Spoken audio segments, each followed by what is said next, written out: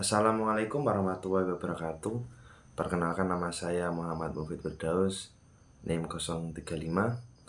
Baik, di sini saya akan menyampaikan hasil proposal saya, yaitu yang berjudul tentang pengaruh pelatihan berbasis nilai Islam terhadap kinerja sumber daya insani dengan moderasi budaya organisasi. Studi kasus di kantor Kecamatan Klego. Baik, langsung saja, yaitu yang pertama adalah latar belakang. Pelatihan berbasis nilai Islam merupakan proses pembelajaran yang tidak hanya fokus pada peningkatan keterampilan teknis, tetapi juga pada penguatan aspek spiritual dan moral individu. Nilai-nilai Islam seperti kejujuran, tanggung jawab, dan kerja keras menjadi inti dari materi pelatihan yang dirancang untuk membentuk karakter atau ASN yang profesional dan berintegritas.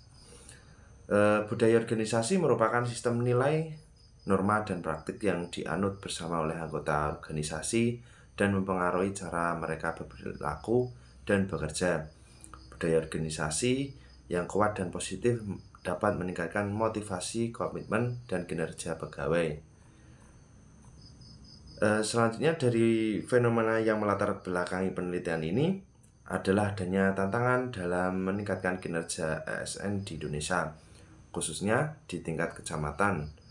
Data dari Badan Kepegawaian Negara atau BKN tahun 2024 menunjukkan bahwa tingkat kepuasan masyarakat terhadap pelayanan publik di tingkat kecamatan masih rendah, dengan indeks kepuasan masyarakat rata-rata sebesar 65,4 dari skala 100.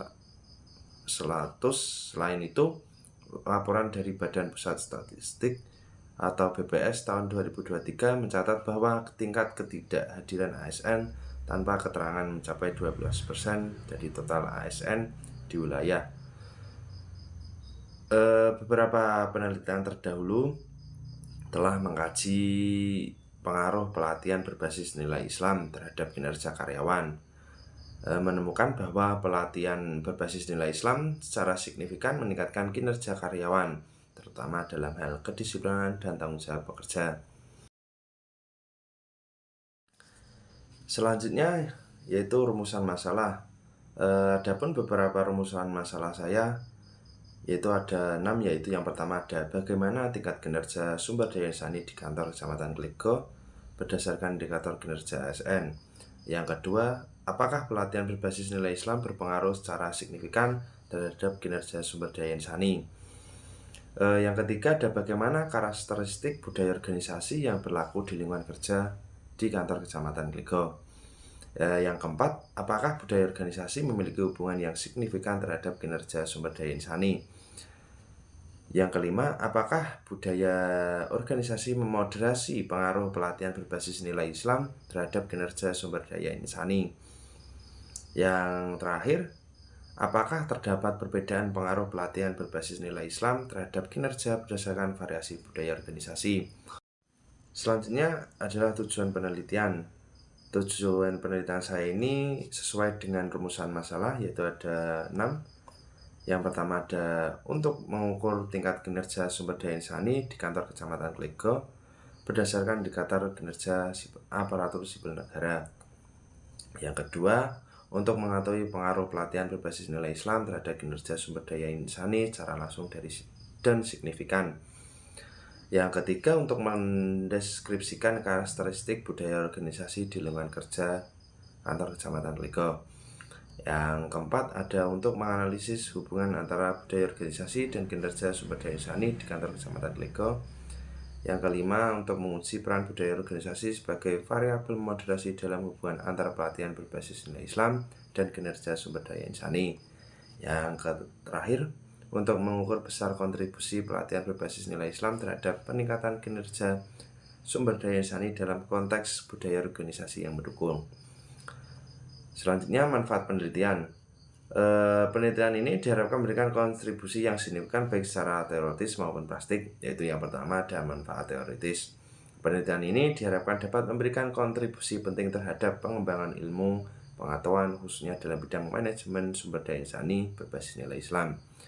Penelitian ini memperkaya khasanah keilmuan di bidang manajemen bisnis syariah dengan mengintegrasikan nilai ajaran Islam dalam pendekatan pelatihan sumber daya manusia, serta menjadikannya sebagai variabel utama yang dikaji secara ilmiah.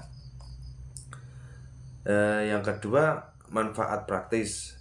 Penelitian ini memberikan manfaat nyata bagi berbagai pihak, terutama instansi pemerintahan seperti kantor kecamatan Klego. Tepatnya dilakukan studi kasus. Hasil penelitian ini dapat digunakan sebagai dasar dalam merancang dan mengimplementasikan program pelatihan yang tidak hanya berfokus pada peningkatan keterampilan atau teknis pegawai, tetapi juga pada pembentukan karakter dan integritas melalui pendekatan nilai-nilai Islam yang aplikatif. Selanjutnya langsung ke bab 2, yaitu ada telah pustaka. Dari pengaruh pelatihan berbasis nilai Islam, yaitu ada yang pertama menurut peneliti Fauzan dan Mulyana, yaitu variabel X pelatihan nilai Islam dan variabel Y kinerja pegawai. Dengan kesimpulan, pelatihan berbasis nilai Islam meningkatkan kedisiplinan, tanggung jawab, dan kinerja pegawai. Sedangkan yang kedua menurut Mulyadi, yaitu dengan variabel X Islamic atau HR training, yaitu kesimpulannya pelatihan yang menyisipkan nilai-nilai Islam seperti amanah dan ihsan berdampak positif terhadap moral kerja dan etos pegawai. Yang ketiga ada menurut penelitian Ahmad sebagai variabel X Islamic atau training, yaitu kesimpulannya pelatihan berbasis etika Islam penting untuk membentuk karakter profesional yang spiritual dan sosial. Sedangkan menurut pengaruh kinerja sumber daya insani, yaitu yang pertama ada menurut peneliti Afifuddin dan Nawawi 2019 dengan variabel X Islamic Work Ethic dan variabel Y sebagai performance. Dengan kesimpulan, nilai Islam seperti kejujuran, tanggung jawab, dan ikhlas sangat mempengaruhi peningkatan kinerja individu dalam organisasi. Selanjutnya menurut peneliti yang kedua, menurut Prasetyo dan Adianto 2020, sebagai variabel X pelatihan dan Y kinerja, dengan kesimpulan pelatihan yang efektif secara teknik dan nilai moral mampu meningkatkan efisiensi dan meningkatkan moral. Selanjutnya menurut peneliti yang ketiga ada menurut Nisa tahun 2021 dengan variabel X kepemimpinan Islami dan Y kinerja pegawai. Untuk kesimpulannya, kinerja sumber daya manusia dipengaruhi secara signifikan oleh pendekatan Islam dalam motivasi dan kepemimpinan kerja. Selanjutnya dengan pengaruh budaya organisasi sebagai variabel moderasi. Adapun peneliti menurut yang pertama ada Hasan dan Abdullah tahun 2021 dengan variabel X training dan Z sebagai organisational culture dan variabel Y sebagai performance. Dengan kesimpulan, budaya organisasi memperkuat efek positif pelatihan terhadap kinerja, terutama dalam konteks nilai kolektif dan kepemimpinan. Sedangkan menurut yang kedua peneliti Fitriani dan Yusuf tahun 2020 dengan variabel Z yaitu budaya organisasi, dengan kesimpulan budaya organisasi berbasis regularitas dan profesionalisme sangat menentukan efektifnya kepemimpinan dan kinerja. Selanjutnya ketiga menurut Shane tahun 2010 dengan variabel organisational culture sebagai variabel Z, yaitu dengan kesimpulan budaya organisasi berfungsi sebagai kerangka nilai yang memoderasi setiap aktivitas. Selanjutnya ada kerangka teori, yaitu yang pertama pelatihan berbasis nilai Islam. Pelatihan berbasis nilai Islam merupakan pendekatan pengembangan sumber daya manusia yang mengintegrasikan prinsip-prinsip ajaran Islam dalam proses pelatihan. Yang kedua ada kinerja sumber daya insani. Kinerja sumber daya insani merujuk pada hasil kerja individu dalam organisasi yang mencerminkan efektivitas dan efisiensi dalam mencapai tujuan organisasi. Yang ketiga ada budaya organisasi. Budaya organisasi adalah sistem nilai, norma, dan keyakinan yang diaput dianut bersama oleh anggota organisasi yang mempengaruhi cara mereka berperilaku dan berinteraksi. Selanjutnya, kerangka pemikiran. Dari kerangka pemikiran didapatkan dari hipotesis, yaitu yang pertama ada pengaruh pelatihan berbasis nilai Islam, kinerja sumber daya insani, yaitu pelatihan yang dirancang berdasarkan nilai-nilai Islam, tidak hanya menekankan pada aspek teknis dan pengetahuan, tetapi juga pada dimensi spiritual dan moralitas kerja. Menurut hipotesis 1, terdapat pengaruh positif dan signifikan secara pelatihan berbasis nilai Islam terhadap kinerja sumber daya insani. Yang kedua, ada pengaruh pelatihan berbasis nilai Islam, budaya organisasi.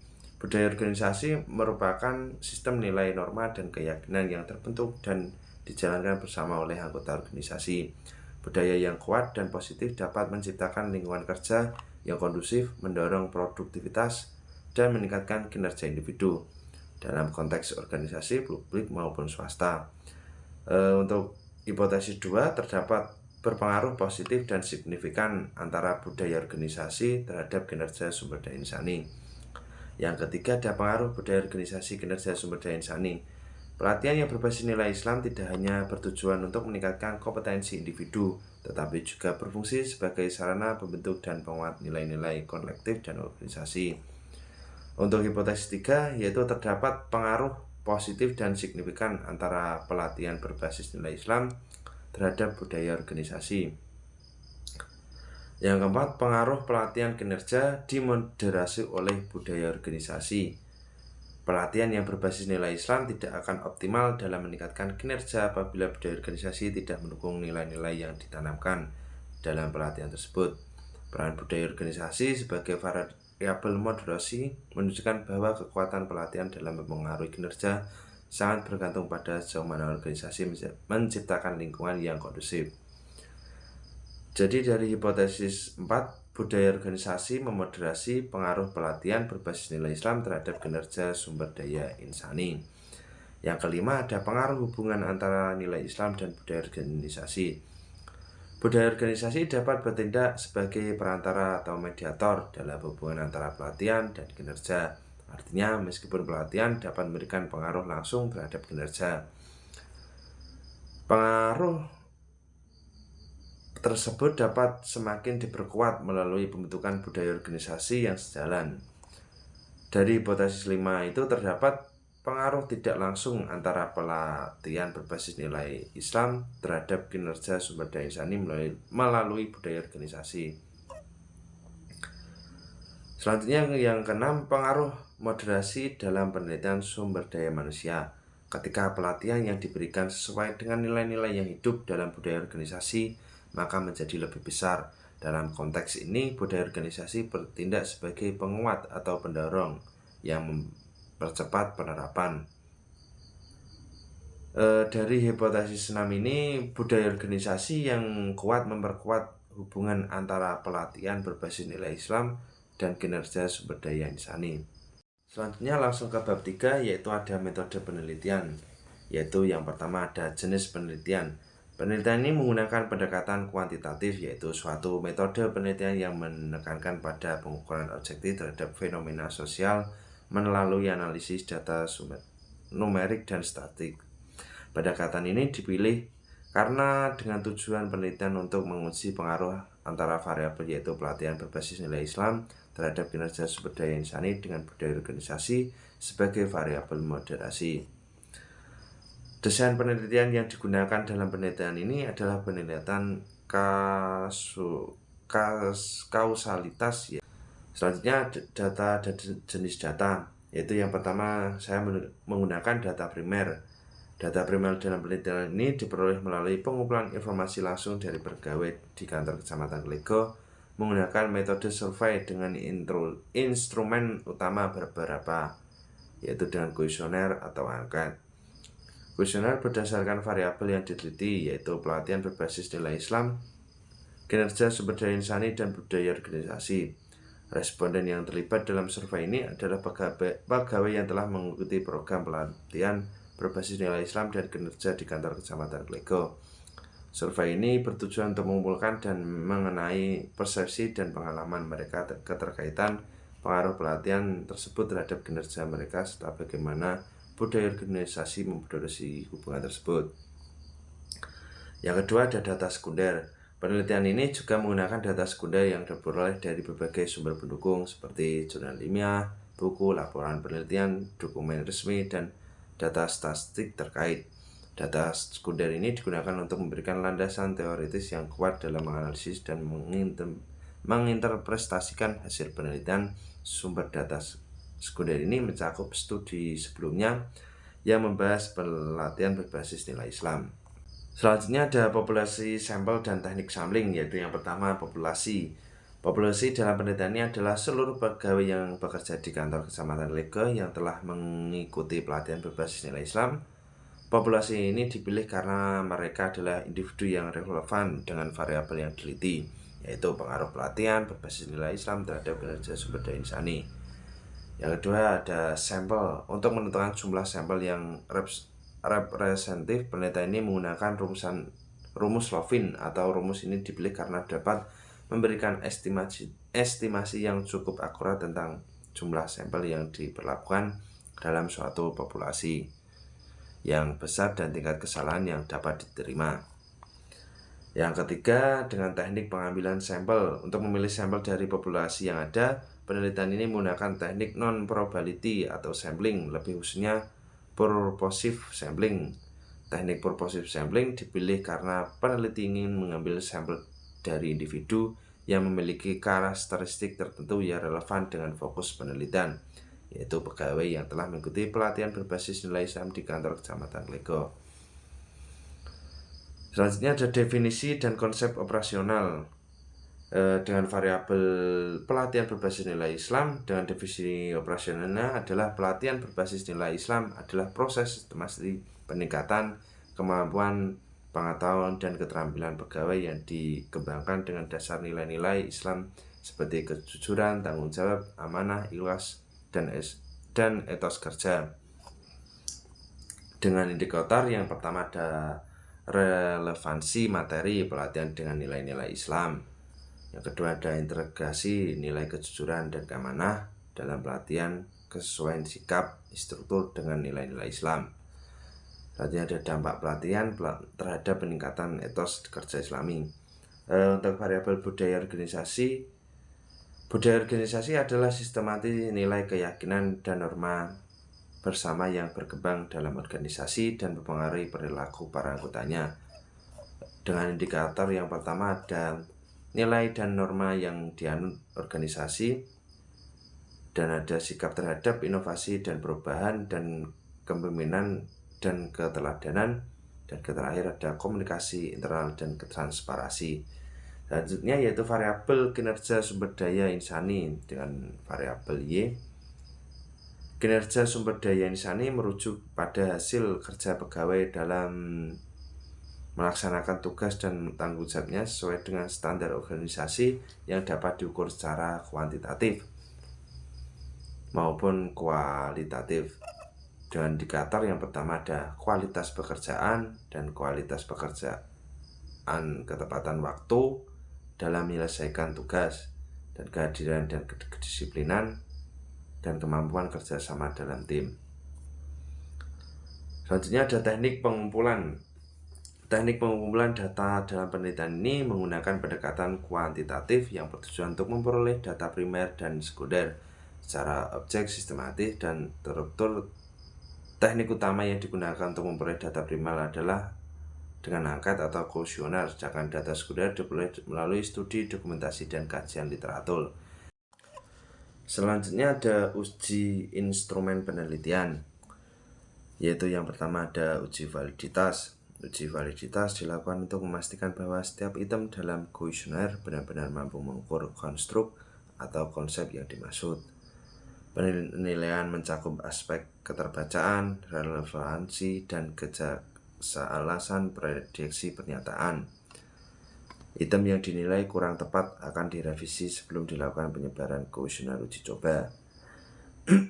Selanjutnya ada uji reliabilitas. Setelah validitas item dinyatakan terpenuhi, langkahnya berikutnya adalah menguji reliabilitas instrumen untuk memastikan bahwa alat ukur tersebut konsisten dan stabil dalam mengukur konstruktur yang sama. Pengujian reliabilitas dilakukan menggunakan metode Cronbach alpha yang merupakan metode paling umum untuk mengukur konsistensi internal dalam penelitian kuantitatif.